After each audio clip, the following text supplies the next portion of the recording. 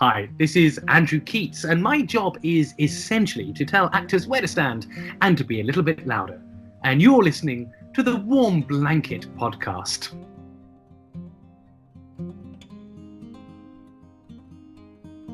Hello and welcome to another episode of the Warm Blanket podcast, where we embark on a journey to see what makes us feel good about Star Trek, where our love comes from, and what it means for us. In short, what is our warm blanket?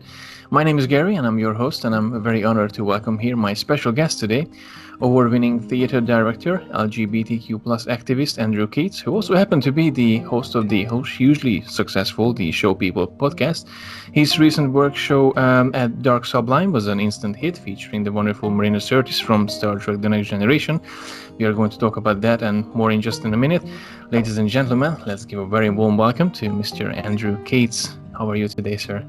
I'm well. I'm just looking for this audience that should be applauding now for such a lovely intro. It's always weird when people tell me all the things I've done and I listen and go, oh, that guy sounds great. And then it's even weirder when you realise it's you.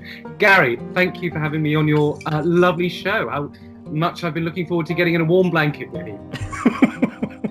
Well, thank you very much for having being in the show, and obviously what I just said, it's a great honor to have you here, and it's part of it that I just said is it's not even scarring the surface. It's not even it's just barely the surface. I can't even talk after a long night, a long day of shifts. But yeah, it's just really just surface, the tip of the iceberg. Let's just say that. So, how are you doing? How's everything in the life of theater at the moment? Well, Gary, I don't know what adult rating this podcast is, but I think I can sum it up by saying it's shit. You know, and all joking aside, you know, I've dedicated 15, 20 years of my life to the theatre, and within a matter of months, my entire industry, along with plenty of others, but the thing I can speak on authority is the theatre industry has been decimated across the world, and in this country in particular, we have gone through months and months and months without any sign of government support until recently, where there has been some investment from the government, and sadly I can't really comment too much on what this Tory government, what that funding is going to enable us to do, because we don't know how that's going to trickle down. But in actuality, you know, every single show or project that I was lined up to do the rest of this year and early next year has of course been cancelled because of COVID-19. And I'm spending a lot of time speaking with producers, artistic directors, theatre makers, about ways that we can be as creative and innovative as we can to try and protect theatre. But we're already seeing theatres closing that will never reopen again. We're seeing some of our finest institutions going bankrupt or going into administration. And, you know, it's important, you know, when people think of the arts or theatre, you know, like it's a job, right? You know, at the end of the day, it's a job. It's not like some, you know, people on Twitter sometimes call us, you know, these lefty lovies or these arty types. Actually, it's a job. It pays my mortgage and it pays other people's mortgages and their families. And actually, there are a lot of artists who are my friends, not just colleagues, my mates, who I'm spending a lot of time listening to them, either through their tears or their panic laughter, worrying about what they're going to do for their families. And we really haven't seen much like this on this level to impact the industry. Of course, we could go far back. We could go back and discuss, you know, the plague. You know, that was the last time, and actually bailed out. That's one thing people forget. We had the King's Men, and theatres or theatre companies were bailed out during the plague. Of course, there was the 1980s AIDS epidemic, but really close theatres then. Most of us, loads of people died.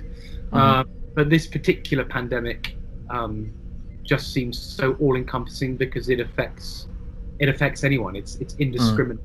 It is indeed. But on that note, let's dive into a little bit of a past, because, you know, a couple of years ago we had some happy memories, and let's indulge ourselves in a few good things just to, you know, cope with the situation. That's what I normally do when something happens like this, which never happened in my lifetime. So I'm quite lucky that this is the first one. Hopefully this will be the last one too. So I think we got to well, we met about 2 years ago or 3 years ago in one of the sci-fi ball convention in Southampton. Yes, we did. Yeah, it was a couple of years ago now, and I've been always wondered how long you've been part of the organization, and how does it make to come up with an event like this? Well, the organization behind. that is a great question, Gary. And knowing there is obviously a microphone on me and a camera, I haven't actually. This will be an exclusive for your podcast, I suppose, because I haven't. Every episode is an exclusive. Is it? Of course. I sort of announced a year ago, 2 years ago now, that not only was I not going to be involved with the sci-fi board anymore, but I also no longer support it in any way, shape, or form. I have completely cut ties with the directors of that particular organization, because in short they treated me abysmally. Actually, I had grown up knowing these people, in particular the directors, the organizers, since I was a little boy. You know, one of the directors was in many ways like a father figure, and you know, when you're growing up as a kid without a dad, as I was, and from a single parent mom on a council estate, connecting into this warm blanket idea that you've got. I was gay, I was fat, I had a terrible speech impediment, and I knew I was gay and I needed some way to escape. But I would look at the television and there were no gay characters, or if we were there, we were either, you know, dying of AIDS, slitting our wrists, or we were comic. And so it's no wonder that science fiction in particular was an extraordinary escape route for me. And in particular Star Trek, especially the movies. It's the movies that I'm the real big fan of. And especially The Wrath of Khan, which I hope we'll get onto, or The Wrath of Khan if you're listening in the UK. And anyway, through that there was a science fiction society, you know, and I met these extraordinary people. And interestingly, so many people who were a part of that also committed to these people that run that organization are also not there anymore. And it's very interesting. It's very interesting. You know, I grew up there. I got a lot of confidence. I got a lot of life experience. It felt then very much like a family. And then you know, I would go off to the various drama schools that I trained at, and then I ran my own theatre. And you know, by virtue of fortunately being, and I use this term with a grimace, a successful theatre director. What was sort of extraordinary is so many of the people that I looked up to, particularly in television and film, I would then end up working with, or they became mates by virtue of me being in London, places I go, things I worked on. You know, and when you start working on the things you care about, you end up attracting the same people that have the same ideals, and you know, working with whether they be actors to playwrights, to producers, to whatever. And I wanted to give something back to those guys. You know, I have a successful production company. I have access to some really lovely talent, and I really thought back to the guys that it was called the Starfleet Ball, but they got into trouble with copyright, so they changed it to the Starfleet. But then the SF Ball, and then they changed it to the Sci-Fi Ball. I mean, good lord, it's had more names than always under new management, right? It's had more names than what was her name? Sinead O'Connor. But look, at the end of the day, you know, I came back, and you know, it was apparent they were in a lot of financial difficulty, and it was presented to me that there was problems with the way the organization was run, and there were people involved in it, bad, you know, and me and my then fiance at the time came in and tried to help and tried to, you know, bring it together a bit more like a business. And I helped bring in a lot of money for them. That was the real thing I did for them. A lot of money through sponsors. And then then it turned into this all-encompassing thing where every day I was sort of working and working and working with very little sort of thanks. And then one event, there was just no, I don't want to call it bullying, because it wasn't bullying. It was such a lack of respect, such a condescending tone from people that really didn't know how to treat people well. And I was, maybe it was Star Trek that did it. Certainly, well, definitely my mum. I've always been brought up, treat as you find and respect people, and there's no such bad idea. And eventually, the way I was being spoken to by the powers that be just made me go, I'm worth more than this. Indeed, some of the talent that I brought in had commented and said, why on earth do you work with these people? And so I washed my hands, and it was before I resigned, I got a phone call from one of my sponsors, saying, because it was clear I was going to go. It was clear it was a terrible weekend, and I got a phone call saying, "Look, we've been approached by the guys at Sci-Fi 4. We just think it's a bit weird, seeing as they're my client for various things." And I then got a phone call from the Anlinda, the whatever she wants to call herself, commandant, let's say that. And she said, just so you know, I've spoken to the horror channel. And I was like, oh, great. So rather than looking at see if I'm okay, you've gone for the money before you contact me, have you? And that was where I knew how kind that person was. And lastly, I've met up with quite a few people from the Balk. I've got a lot of friends there, and they one particular member of the crew said, how do you feel? And I said, at the end of that weekend, I felt like I was walking out into the middle of the road, and the two main people that ran it said, quick, get his wallet before he's hit by a car. And I'm very, very upset that I'm still healed from it. But it's a shame, because those people were very important to me growing up. But at the end of the day, an amateur organization is an amateur organization, and people for the love, but ultimately everybody's time is precious. And I don't have any regrets for what I did for the ball. I wish them all the best. But my time with them is over. Oh wow, it was like quite a drama behind the curtains there. And there doesn't need to be drama, because I'm not being me. I've worked on shows with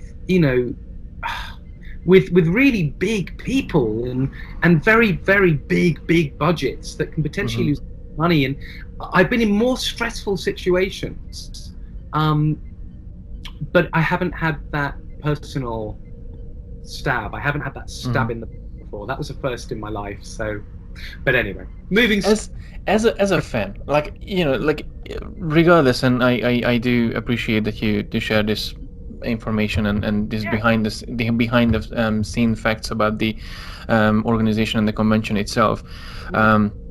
But I keep wondering, as a fan, as you mentioned, you being a Star Trek fan, and we're going to talk about this in a minute. But I wonder when you got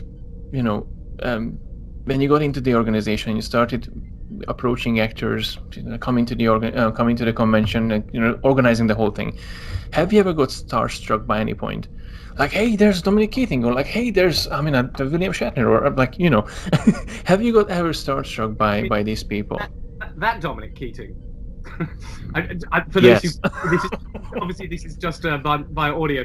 Well, Dominic is one of my very best mates. He's kind of like a brother to me. We speak most weeks. That's actually, for those who are listening going, what are you showing? It's just a photo of me and Dominic. It's just a photo. Audience cannot see it, but I can. It's amazing. There you are. It's just sharing a Guinness in a pub in Tooting.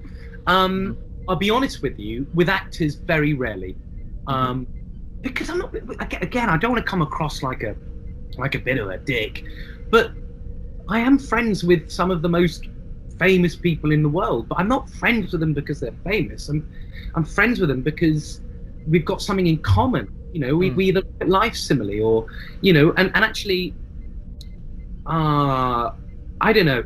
The closest thing I've come to starstruck has never been someone involved in a sci-fi show. The closest thing to starstruck has always been certain writers. That's been where I've tripped over my words because I've been anxious. Because I suppose from training as an actor and being a director and a producer, I sort of know what they're doing. You know, like acting is not impressive to me. It's something I understand. It is, you know, I appreciate it. Of course I do, and I know when it's good. But there are certain plays like Bent by Martin Sherman, As Is by William M. Hoffman. You know, plays that when I was a young gay kid, you know, most gay kids keep things under their bed that they don't want their parents to find. For me, it plays by gay authors, and it was when I started to direct and work on plays written by the voices who kept me alive as a bullied teenager. In 28, which was the non-promotion of homosexuality in schools in this country. It was when Martin Sherman, I was starstruck to the point that was quite tricky with words, because I read his play Bent at 3 o'clock in the evening, and then after I read it, I walked into my mum's bedroom with a cup of tea, and I woke her up and I told her I was gay. I mean, that play changed my life. And then years later, before I then end up co-running the Landor Theatre in South London, when I met Martin, and we've since worked together, and he's very much my mentor now. I still get little moments, you know. I've known him for years now, and we WhatsApp each other stupid things and things.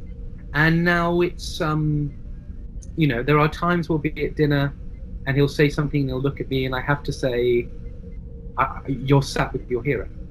And that's a man called Martin Sherman, a playwright who may not mean anything to listeners here, but he was my hero. But then I suppose, on the other hand, having a bag with a certain Marina Sirtis whilst direct Dark Sublime, she was my leading lady. She wasn't, you know, that woman from Star Trek, you know, and Marina Sirtis is, bringing it back to the Star Trek side of things, you know, Marina Sirtis is a woman that I love and admire, who happened to be in Star Trek, in the same way that Dominic Keating is that bloody crafty git who always phones me and says, can I stay on your sofa for a couple of weeks? Yes, go on then, Dom. You know, but it's the strangest thing when I said to Connor Trenier, it was Connor Trenier I said this to, and this was at the Sci-Fi Ball. I didn't really watch Enterprise until those lads were coming.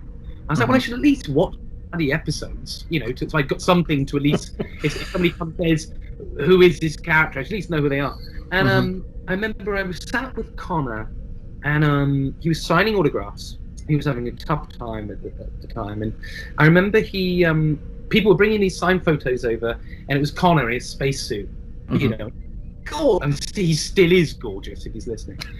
He was absolutely gorgeous and more chiseled than the Venus de Milo and Michelangelo Davis. But I said to him, I said, is that hard? So what do you mean? And I said, like, looking at that 20-something-year-old actor all these years later, and he went, you have no idea. Right, he was, and that's why I'm a director, because I don't think a fan, I don't think just a sci-fi fan would consider that.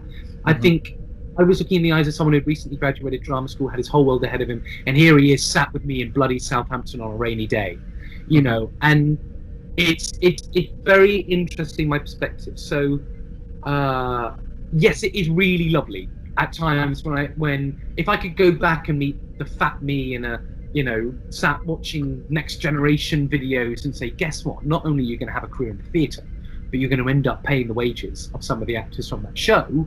I'm sure I wouldn't believe it. But equally, and as Dark Sublime, the play I'm sure we'll talk about in a minute, investigate. Star Trek was another job. I'm aware of that quantification. It was another job that people find very, very inspiring. But actually, the thing that really excites me is if I hear that Dominic's got an audition for something.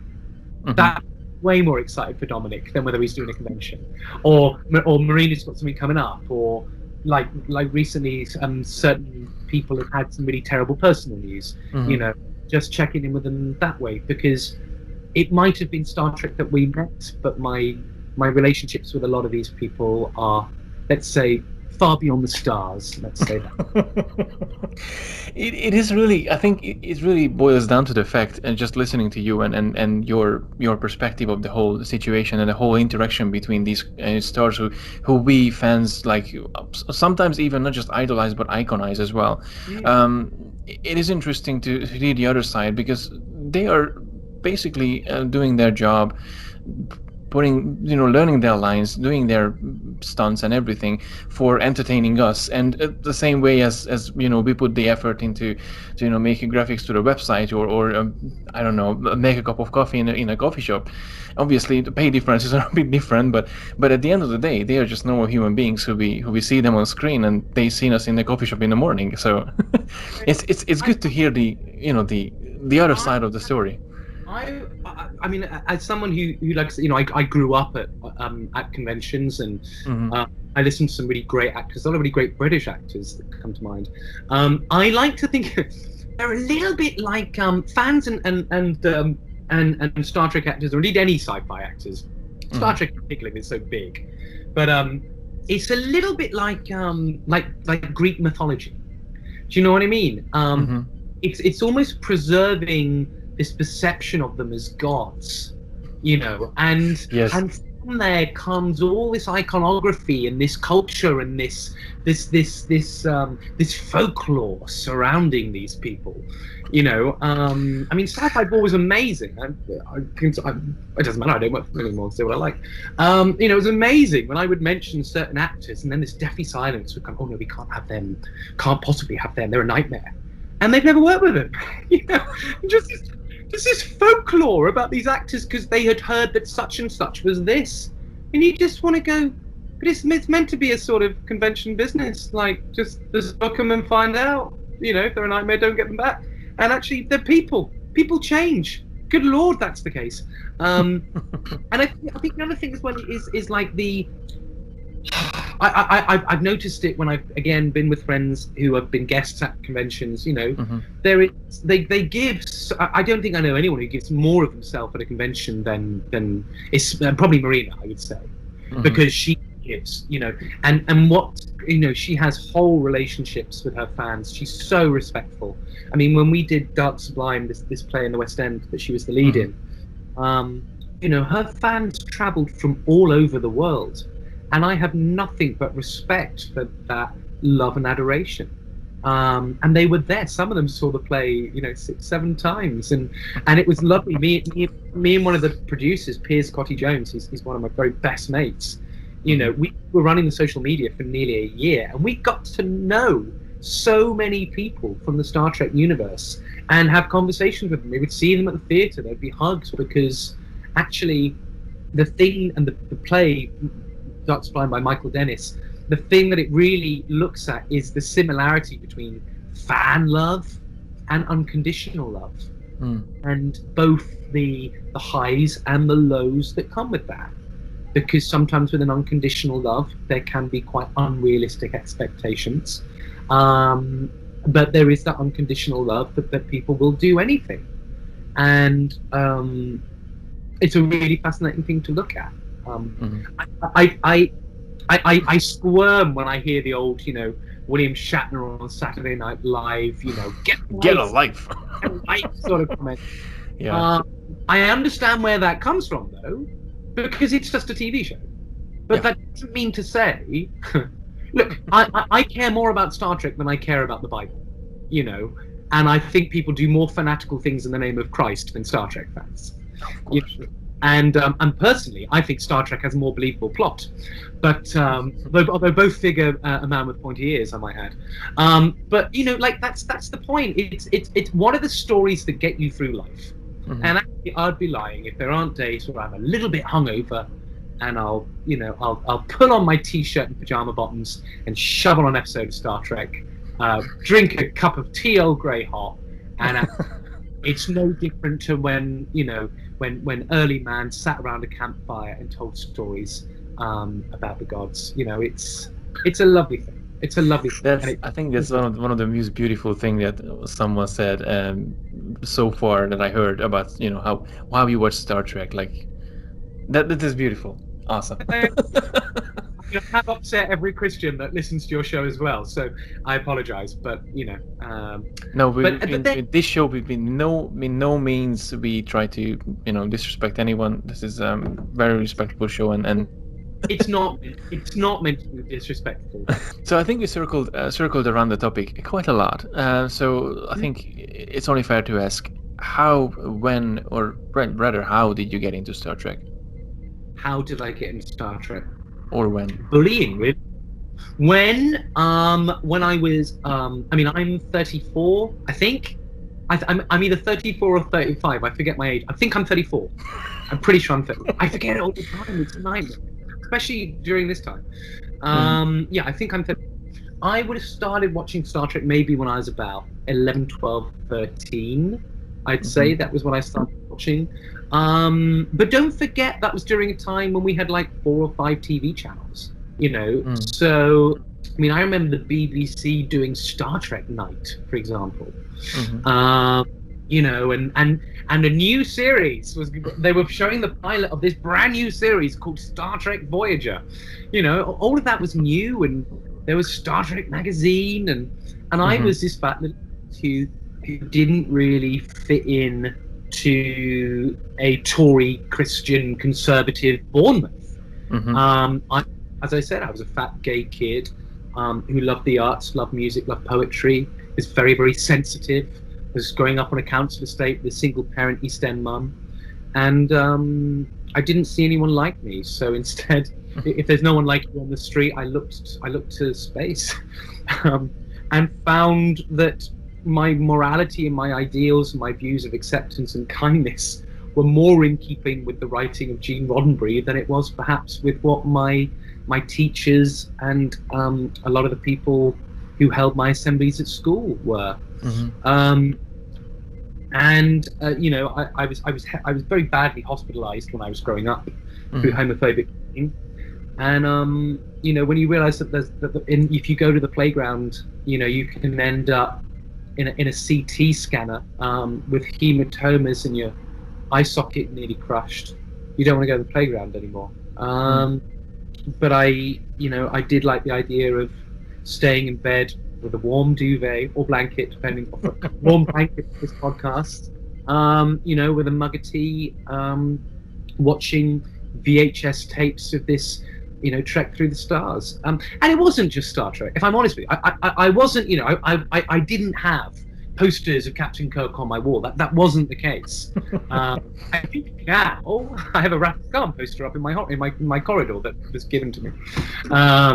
But I loved Quantum Leap. I loved Doctor Who. I said the other day on Twitter, I think if Quantum Leap was made compulsory viewing for everybody in the world, I think the world would be a kinder place.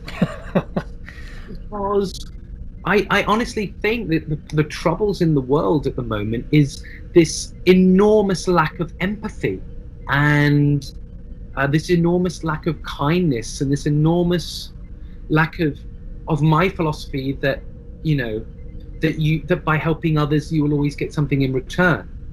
That's not what you should do it, but you know, like collaboration is the key to making anything, whether that's a theatre to a successful family. You know, if you and I don't sit chatting on this podcast, you don't have a podcast, I have a quiet evening. You know, the potential that we have as creative people to make shit happen is phenomenal. But the problem is people think that doing something, they're losing something. Why should I do that? Why should I do that? And you think, well, it's because you just don't understand the way the universe can work. You know, I'll tell you something. During this lockdown, I mean, I live on my own. My industry has been decimated, as I said. You know, and I had my days, funny enough, on my sofa, feeling miserable, worrying about money. Everyone's worrying about money right now, I'm sure of it. I certainly am. And then I got out my iPad and I was like, because I was fed up watching television, if you can believe such a thing. I was fed up watching television, I was fed up listening to the radio, I wanted silence, I couldn't work with actors. I wanted to do something creative. So I sat down with my iPad and I started drawing. And I just thought to myself, this is so lovely. I'm just drawing for myself, and I was really enjoying it. Anyway, I finished it off, and I was so proud of it. I thought to myself, I know what I'll do. I'll get it printed. I'll use the British printing company that I use for my show posters and programs and whatever. And I printed it, and I was really, really chuffed. And the thing that I drew was this. I may show you. You may have seen it on my Twitter. And I'm probably not sure if anyone familiar with that, but that is the Mr. Spock looking at James T. Kirk with the Vulcan salute from Star Trek to the Wrath of Khan. Specifically, Gary, what can't they do in that moment? What is the thing that breaks our heart? What is the thing that breaks our heart? As Spock is dying, I shall be and always will be your friend. But if your best friend is dying in front of you, there's one thing separating them throughout the whole thing. It breaks my heart. Think very literally, Gary. Is the glass wall? There's a big piece of glass. They can't physically touch each other. And I realized that I was drawing this out of this COVID-19 pandemic because I missed physically touching my mates. I felt lonely, and the thing that came to mind is probably the greatest bit. I think it's the greatest scene in all of Star Trek history. So I drew it, and I was very proud of it, and it went up on my wall. And then one of my best mates came round, and he went, "Oh, John, I love that. Can I get one?" I was like, "Oh yeah, well I'll have to get some more printed." So I ordered, I ordered 10. First order was 10. I ordered 10 prints, and I just put it on Facebook and Twitter and just went, I'm an artist. I physically can't do my job, but I would like to make this piece of art. And if you would like to buy it, you helping me pay my food bill. And then the Star Trek community did what the Star Trek community I've seen do time and time again. I've had orders from all over the world. I've actually just got another order in. Every day I've been wrapping up prints, hand signing them, writing thank you cards. They've been sent to Germany, they've been sent to Switzerland, loads in America, Wales, Scotland, and I think it's because that scene really resonates with all of us. I have been I'll be your friend, yes, but also just feeling terribly separated. And what I'm trying to get at there is I made something that I love, a scene I love, and that love is universally shared around the world. And I rather like that actually by being a bit creative and putting that artwork together, that now my little idea of being creative will be hung on walls all over the world. And I rather love that. Again, making a living out of something that I love very passionately and love very much. And that is amazing. It is a fantastic piece of art, and the notion behind it is quite remarkable as well. Thank you. So, I do have to ask, being a Star Trek fan, yourself, I guess mainly TNG. I think I can say that, right? It's not my favorite show. Really? Marina, but Next Gen is not my favorite show. Oh my! Tell me more. On Twitter once. She called me out on Twitter once. I can't remember. I think that was it. I did a screenshot that I bought a new telly. That's it. I bought a brand new telly, a brand new 4K telly, and I sent a screenshot. This is before lockdown, and I sent a screenshot of me saying, "Greatest Star Trek film ever made," and it was, surprise, surprise, The Wrath of Khan, or Wrath of Khan, depending on where you are in the world. And Marina saw it and retweeted and just went, "Traitor!" Exclamation mark! Exclamation mark! Exclamation mark! So what do I love? I love the films. The films for the first 6 films, even the motion picture to some extent. It's not first on my watch, but it is in there. The first 6 films are my love. I can quote those inside and out. For me, the best writing of the whole franchise was Deep Space Nine. I think, which of course it's going to be my favourite show. I mean, Star Trek was all about, that journey out into the stars. For me, Deep Space Nine, as my friend Armin Shimmerman always puts it, was a journey inside. Deep Space Nine. A lot of people are like, "Oh my god, it's space station! How boring! It's not going to go anywhere." Sure, but funny enough, the conceit of having a group of people stuck in one place is fundamentally what most about. And I actually think you have some of the very best acting the franchise ever saw in Deep Space Nine. Of course, I love The Next Generation. Of course, well, I love Series 4 onwards of The Next Generation. I have a real soft spot for the original series and everything it's trying to, in particular when it comes to racial equality. It's tough watched now sometimes when you look at the way that women are portrayed. We have to acknowledge that. But I also like the fact that show and that franchise has owned it and said, okay, well, now we have Janeway. Do you know what I mean? And I like the fact that the show is constantly evolving. Some fans can't deal with it. Voyager has some great moments. I mean, Voyager is basically The Next Generation with the lights off, isn't it? And then, I enjoy Discovery. I think Picard is a masterpiece. And if I can tell you something, coming back to Marina, because she's my only real direct link to it. So Marina finished Dark Sublime on the Saturday night, whatever the date was, and then she was flying back to America on the Sunday to start filming Picard on the Monday.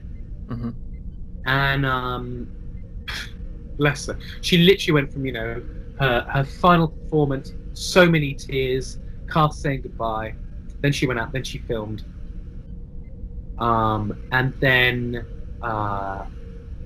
then I got the terrible news, and she's been very open about this, so I feel comfortable to share. Then I got the terrible. Then I got the terrible news that her husband had passed away, and I hurt on a level. The worst news. I checked in, and this is why sometimes the Star Trek thing really is so small in regards to the relationship, because I mean I got in touch. I said, "Do you want me to get on a plane?" And I thought of just turning up. I just had this thing of, do I just get on a plane? I'll just turn up.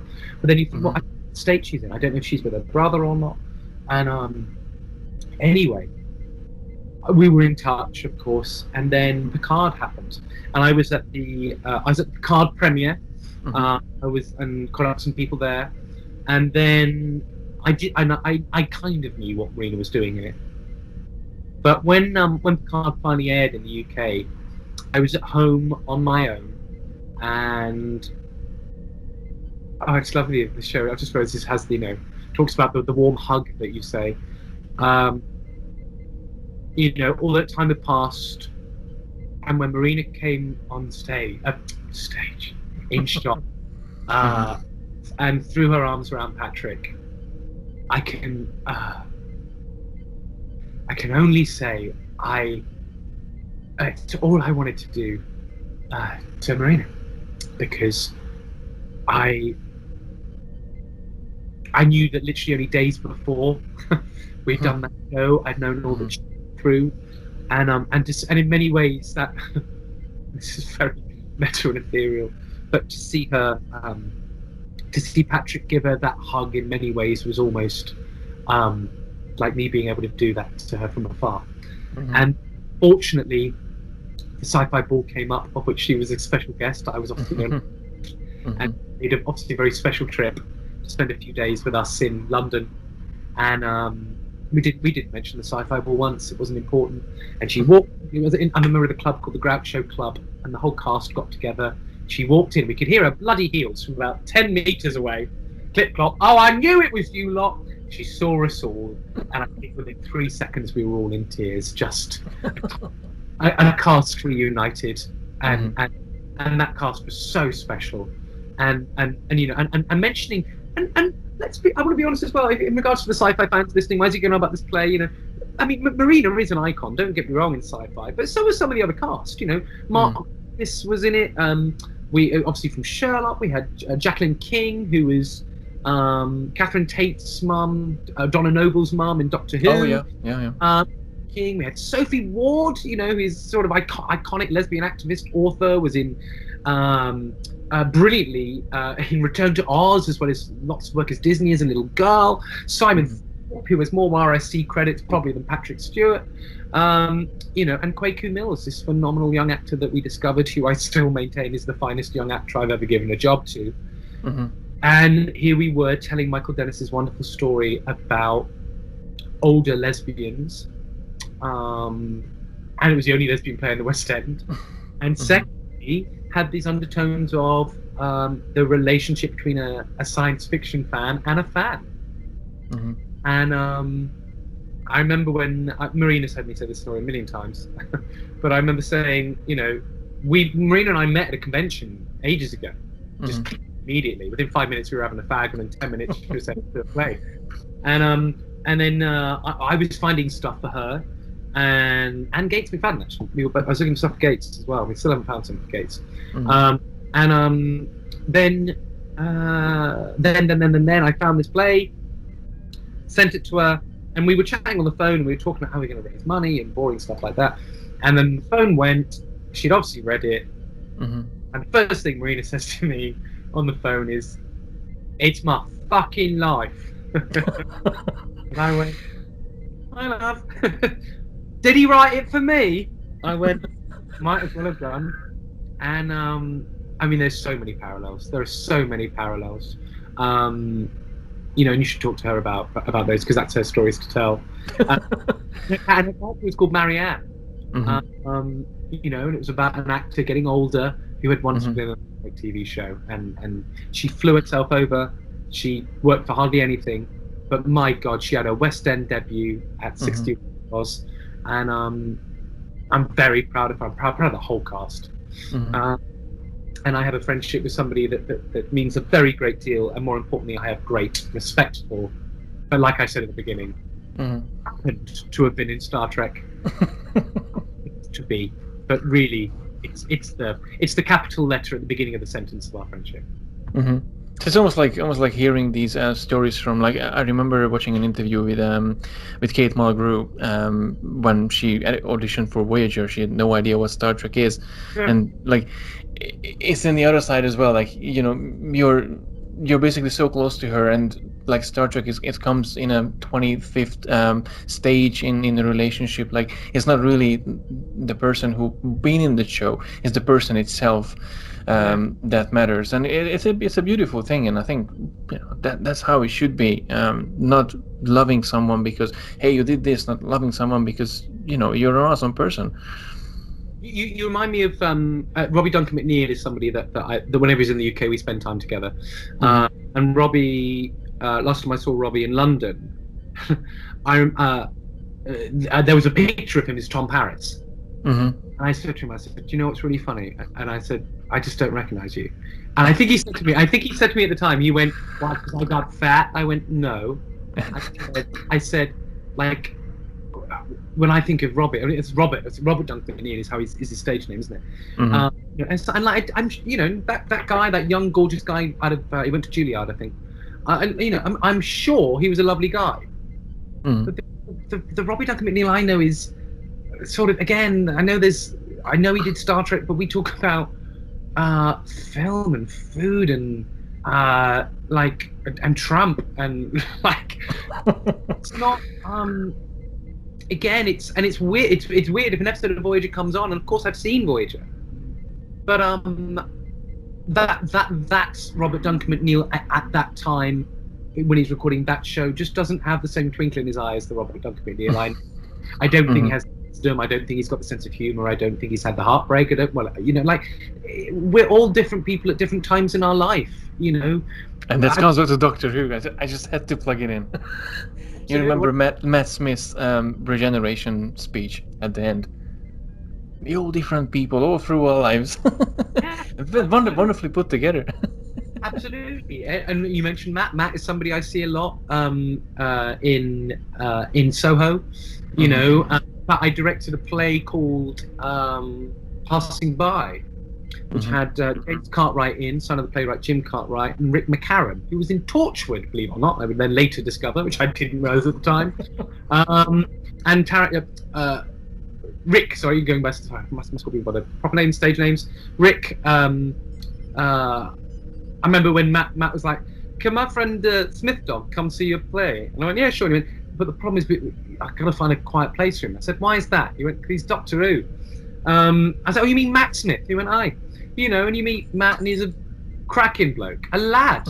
I've never met anyone more unlike the Doctor. If you're talking about Doctor Who, on Thursday I was having lunch with a friend of mine, Sean Pertwee. Sean is son of John Pertwee. But we don't talk about Doctor Who. If I'm not going to talk about what we were talking about, it was filthy. But you know, like at the end of the day, we're a London creative community, and you know, there are people who I've met who have hooked on the Doctor Who, Star Trek, whatever. They've nibbled on that salary, and then they've off and done theatre, and they've swam off and done a film. And you know, we're all feeding from the same pond. And actually, idolization isn't helpful, because fundamentally, as a director, director and a good friend as well, it's not about idolizing your friends. It's about facilitating and helping them get from one place to another, whether that's getting them from a sad place to a happy place, to just giving them the space to talk and letting you listen. I think that was an interview, I think in the 70s or 80s with Jimmy Doohan in a British TV that I happened to watch a couple of years ago, and it was interesting what he said, that because of Star Trek he was actually not getting too much acting jobs, because it's like he walked into every single office and it's like, "Oh, Mr. Scott," and it's like, "Oh, Mr. Scott," and it's like, and he was saying that, like, by that time when someone looked at me with big eyes and said Mr. Scott, I knew I'm not gonna get that job. And it was so hard for him to break out from. I don't think he ever broke out from Mr. Scott itself. Even he had a cameo in Knight Rider, the movie in Knight Rider 2000, and he was Mr. Scott there too. I love that, you know. Yes, you're right. And actually, there are some actors where I've asked them. I'm not going to name any names here. Because it's only for me. There are some actors I've known. I said, "Would you do Star Trek again?" And they've gone no, because they were young, they were offered a ton of money, and they were ready to do that, and then have the springboard into whatever. And actually, that springboard never came, because you know, we have to say what it is. There are some people that still look upon science fiction, even though we have had some films like Alien and so many groundbreaking science fiction works, but a lot of Star Trek was seen as kids' television. You know, now we know as people that know it inside and out that it dealt with enormous issues, and they were essentially morality plays. You know, and look, we can intellectualize the brilliance of Star Trek as much as we like, but it is about a load of people on aliens on a spaceship, and you know, it for some people they would put it probably in their perception. Star Trek is the same as, you know, pigs in space. You know, it's just fantasy. It's not proper acting, is it? And I beg to differ. But then, of course, you know, we appreciate different kind of art forms, and there are some people that simply, there'll always be that character from Star Trek. There are some people, however, that have done extremely well. There were plenty of people that wanted to be guest stars because they were bigger than the show. Look at Whoopi Goldberg, for example. Oh yeah. I discovered the other day that Robin Williams was meant to be a guest star, but never was. Did you know that? Yeah, he's supposed to be in Metro Perspective. Yeah, I think. Yeah, he's supposed to be playing the time traveler thief. He was, and instead it was the guy from Honey, I Shrunk the Kids. I can't remember his name. Rick Moranis. Oh no. He's neighbor. Matt Favreau. Is that it? Matt Favreau. Yeah, that sounds about right. I don't know. Yeah. Gosh, it's like I could see your whole LCARS computer system in your eyes then. Yeah. I'm trying to think who. What's quite funny is when you meet people who've forgotten they're in Star Trek. That's one of my favourites. I remember when I was running the Landor Theatre in South London, Stephanie Beacham came in. Oh, bless. Sophie Beecham's is an icon, and I was because I ran the theatre. I think I bought her a drink or something. We were chatting. I said, "I loved you in Star Trek," and she went, "How on earth do you know I was in Star Trek?" I said, but it's all storytelling.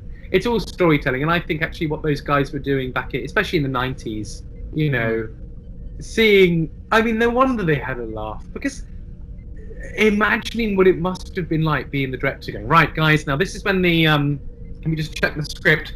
This is when the Borg cube. This is when it hits the ship, right? And what we're going to do is we're going to shake the cameras. Cool. Okay, you guys know how to do that? Of course, season 5. Okay, right. Well then, all right, guys. The Borg cube hitting. Bless them. They must have had the time of their lives. And I also know from some of them, particularly in the later series, the guys in the makeup, especially, when I learned that they were working sometimes 12, 14 hours. That's when actually, regardless of whatever you think of it artistically, just as workhorses, that amount of time away from your family, that's brutal. That is a brutal thing. But hey, as Dominic always says to me, that's the house that Trek built, as he sits in the pool, because it paid well. Yeah, I guess that's at the end of the day, is for professionals. Even though we think them as they are the characters, they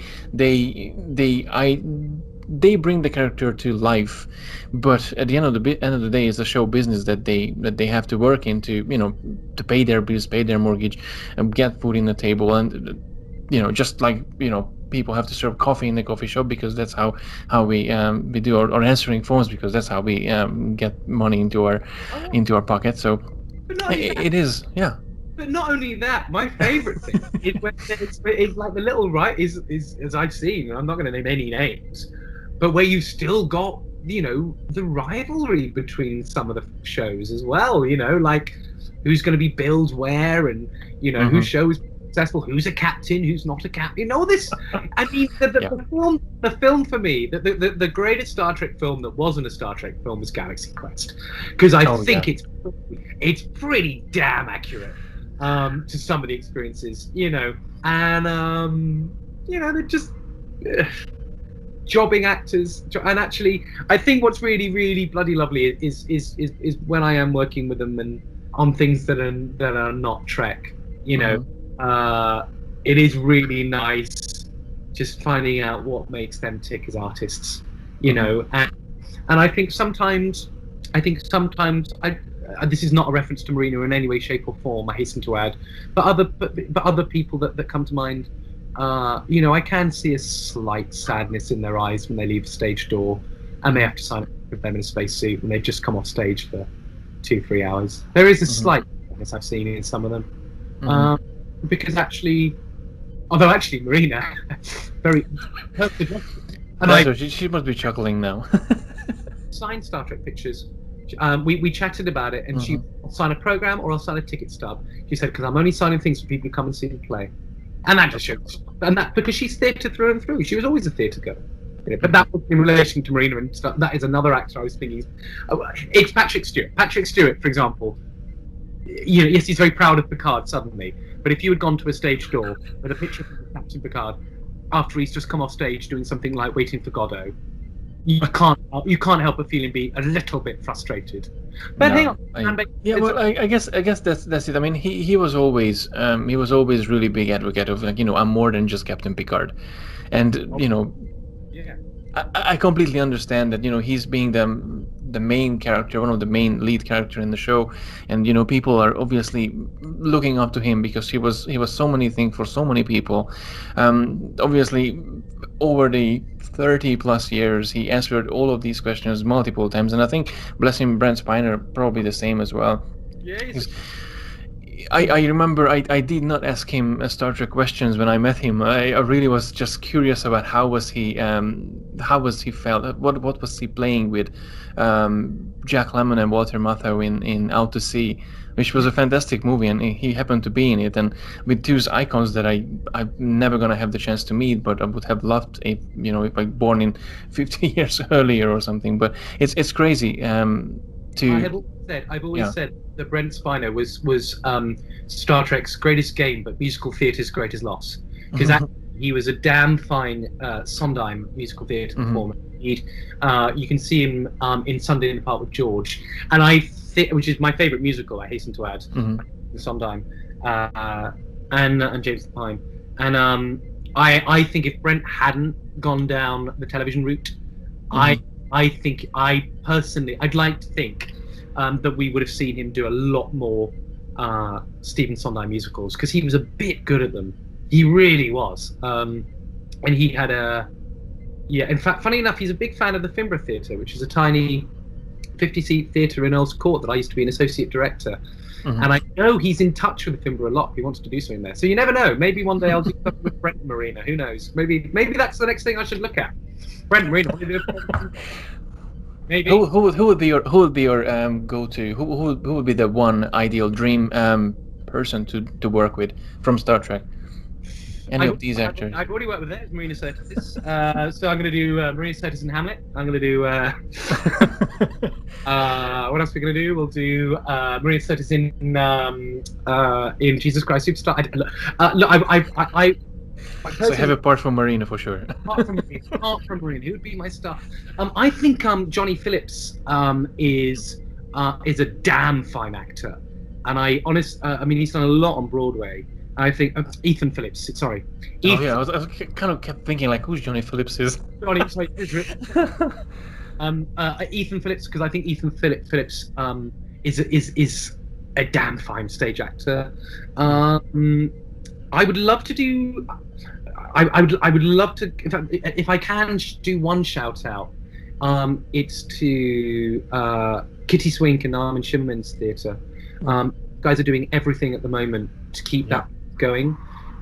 So after you've bought my print, then please go and support Armin and Kitty's theatre. I want to call it the Artemis Theatre, but it's not the Artemis Theatre. It's called something else. It's gone out of my head. No, I'd love to go and help them out. They do like Great American Classics, but they're really working hard to keep that place going. It's sort of wrong because it's rare. Marina is probably one of the only people. Maybe she is the only person. Marina's the only person that I went out shopping for a play for an actor. Normally, I find the play and then I choose the best actor. Do you know what I mean? But Marina, I just sort of was like, because I remember her saying to her, "Why have you not done the West End?" Because that's it. Because I offered her a job years ago via her agent, and she went, "I didn't know about it," and I believe her. And it was a play called Conjugal Rights. Thank God she didn't do it because the play was dreadful. But it was really turned out the worst play I've ever done in my life. But she was my first choice, and they sent it to the agent, and I think the agent looked at it and went, "Oh, she's in LA, she won't want to do it," so it never got to her. So it was only when I met her and I said, I offered. That was it. I said, "I offered you a job. You never said yes." I never heard of it. And I said, "Well, why didn't you want to do the West End?" She went, "I'd love to do the West End." And then discovered various things that the agent wasn't necessarily aware of what she that she wanted to do British stage, and then rather lovely to give her that opportunity. One of the happiest things ever. Actors I'd love to work with. It's interesting looking at the great stage actors who happened to do Star Trek over the years. You've interviewed Bob Picardo. I'm sure.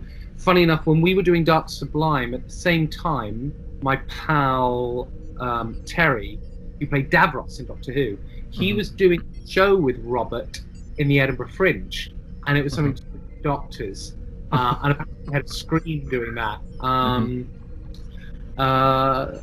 It depends. I mean, to be honest with you, the people I know from the show, if there's something right, then I'd call them and say, "Do you want to read this?" And if they wanted to do it and they could afford to do it, then they would.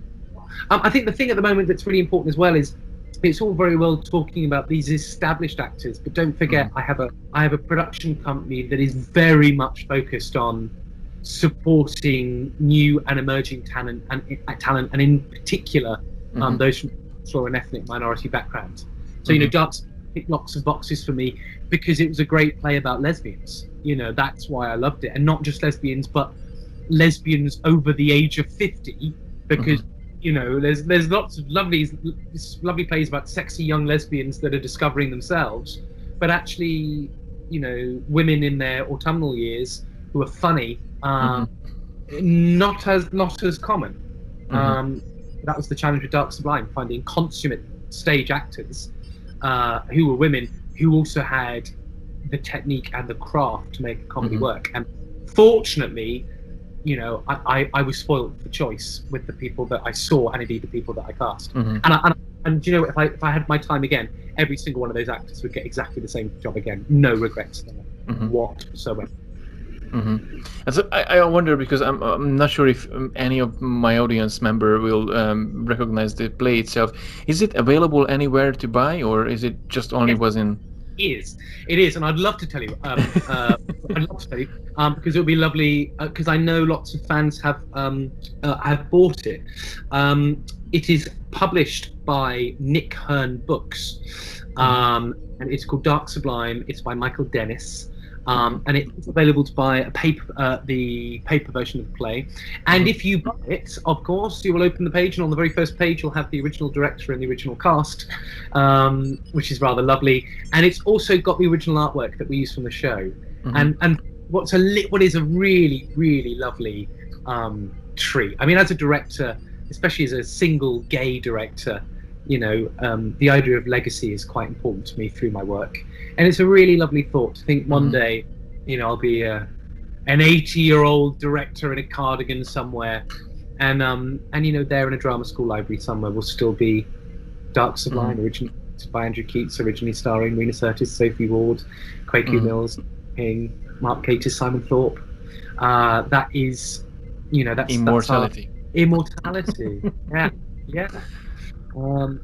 And that's remarkable.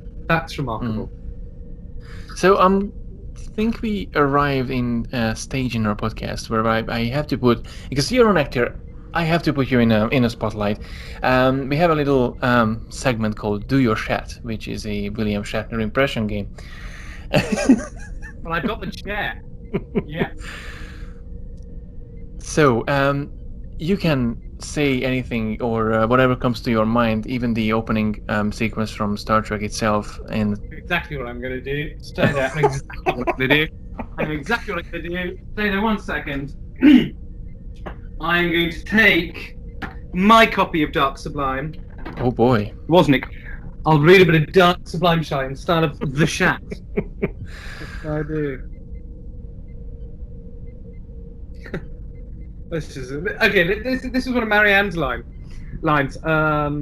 She was off stage at this point. Let's do it. Let's do in some chat. I haven't really got a favorite story. I didn't want, you see. You'll find very few actors that enjoy watching themselves. Actors are very insecure. Let me tell you. Maybe that's not a surprise to you. They a lot to be insecure about. You might think, and in that case of a rather well-known chap who's currently getting away with murder in the Little each evening and twice at weekends, you'd be right. There you go. That was epic. Great, 6 years. That was really good. Thank you very much. It was a very reminded me of Kevin Pollak's Shatner impressions. Well, do you know what? I had a party the other day. A party. I had a small social gathering. Me and my friend, and I put on Shatner's. Because he didn't believe it existed. I put on Shatner's Common People. I want to live like common people. I want to do what common people do. Yeah. I mean, look, the Shatner is the Shat is the Shat. He's, you know, I'm not really an autograph hunter. I don't really have autographs, but I do have a signed William Shatner autograph that Dominic Keating brought back for me, and he was. Dominic said to me, "It's all about impersonations." To me, he went. I got Shatner to personalise it for you. It's a big deal because he doesn't do that. He's like, and he don't personalise for nobody, but I said who you were, and he personalised it. Anyway, how about that? So yeah, I do have a signed William Shatner, but I think he's, you know, he's an extraordinary gentleman. He's an extraordinary. I'm just kind of thinking, like, how was it like William Shatner get approached by Dominic Keating, like, hey, can you sign this for my friend? I think they were just in the green room. They were just in the green room, and Dom did it. It's very, very, very, very sweet. And I think I may be wrong. Here. I can't remember. I think Shatner made him pay for it as well. So yeah. Maybe I'll let Dominic off another week staying on my sofa. Oh boy, good Quantum League reference. Oh my days. Oh gosh. So okay, so go back to a bit of a serious side of things. So aside being a director, a theater performer, and an artist, not a performer. Not a performer. Oh my. So that's my bad. But you performed in War Blanket, so you're a performer now. I just know how to tell a story. I know how to tell a story. Basically, I like the rehearsal room. I just can't be asked to do a show 8 times a week. I just haven't got that. That's the main reason. Yeah. I've been asked quite a few times to be in things, and I've just gone, it just doesn't really send out the right message to... You know, there's lots of people who go, I'm an actor, I'm a director, I'm a writer, I'm a producer, and I'm sort of like, no, I make shows. That's what I do. I make shows, and I help actors be better actors. That's my job. I'm really good at it, and I don't want to be a jack of all trades. I want to be the best director I can possibly be, and But then who knows? A friend of mine. I do have to say that you're a bit of everything, because you do your podcast as well, the Show People podcast. Tell a little bit about my audience about the Show People podcast. The Show People podcast with Andrew Keates. The Show People podcast with Andrew Keates, which is available to listen to on all good podcasting platforms, was my response to a very dear friend of mine who said, Andrew, can I meet up and talk about my career? Which was code for her saying, Andrew, can I meet up and can I just cry on you because I haven't had an audition for a year? And bless her, we did meet up, and she was working every hour God sends in the centre. And I said, look, at the end of the day, what makes you an artist is not when you're working. It's when you're connected with other artists and other creative people, and how you can fill each day with a creative challenge. Because what I find, speaking for myself and knowing others feel the same, for me, it's about having an idea, going through a process, and having a result. And it's satisfying to a creative person. Now, you can do that making a loaf of bread, and you get satisfaction from that. But so I was giving my advice to my friend, and I said, like, do some masterclasses, do a small fringe show, join a play reading group. And she said, Andrew, I just don't have time. And she began to cry. And I realized that my friend was in an impossible situation, that she was working for little to no money, every hour God sends. And I didn't know how my production company could help her. And then I asked her, I said, where is it? And it was in the arse end of nowhere in East London. She had to travel for about an hour a day. So that was in my head. And then I was listening to, I think it was the National Theatre podcast, and there was some director more boring than me, going on about, really nationalists' work, they're really predicting immigration crisis. Just as tedious, boring academic approach to theatre. So that was it. But some interesting things, just a bit dull. And back then I used to listen to the Chris Evans Breakfast Show, which doesn't exist. Well, it does exist, but it's moved and it's changed. I was listening to that, and I was like, theatre kind of needs something like that. It needs something that's interesting, whilst at the same time doesn't take itself too seriously, and is an opportunity for me to not only look at the life of a performer, but the bulk of most performers, it's been a struggle. It's not been, and then I arrived at the RSC and everything was fine. Everyone's had struggles, ups and downs, moments where they've been broke, moments where they've been rich, moments where, they've lost everything. And so the Show People podcast was to go through an actor's entire life with games and stupid bits and pieces. Oh, thank you, Siri. Thank you very much, my Irish Siri. And it was an opportunity to go from the highs and lows, but with, stupid games. I mean, I do a thing called Funny 5 Minutes, so I ask lots of rapid questions like, what's the strangest thing you've ever had in your mouth? And, just silliness, as well as asking what it's like, growing up as an abused child. But, and we really go to places. And funny enough, a few Star Trek actors have done it for me. As I said, it's a podcast. It goes out. It's suspended at the moment because, to be honest with you, with lockdown, I did a few via Zoom, but to be honest with you, it just wasn't of a quality that I was happy with. And if you're talking about very, very difficult things, it's the kind of chat that I really need to be able to top someone's glass of red wine up talking, and I missed that too much. But I'm trying to think the Star Trek actors who've been on it. Terry Farrell has been on it. Dominic was in. Dominic was on it. He's coming home. Yeah, Dominic was on it. I had who else has been on it? I think you had Connor as well, right? I don't think I've ever interviewed Connor.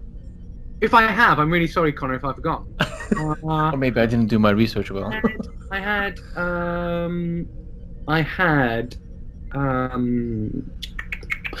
Gary Graham on it. I had Drones. Oh yeah, he's fantastic. I had who else was there?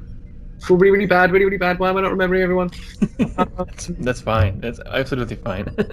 I've had lots of lovely side, but also there's lots of people again who I'm probably not thinking of because I mainly know them from stage work, and they've also Annette Badland's been on it. She was obviously in Doctor Who, but so Annette is patron of my company, Arian Productions. So and she was one of the Slitheen, I believe. Oh yeah.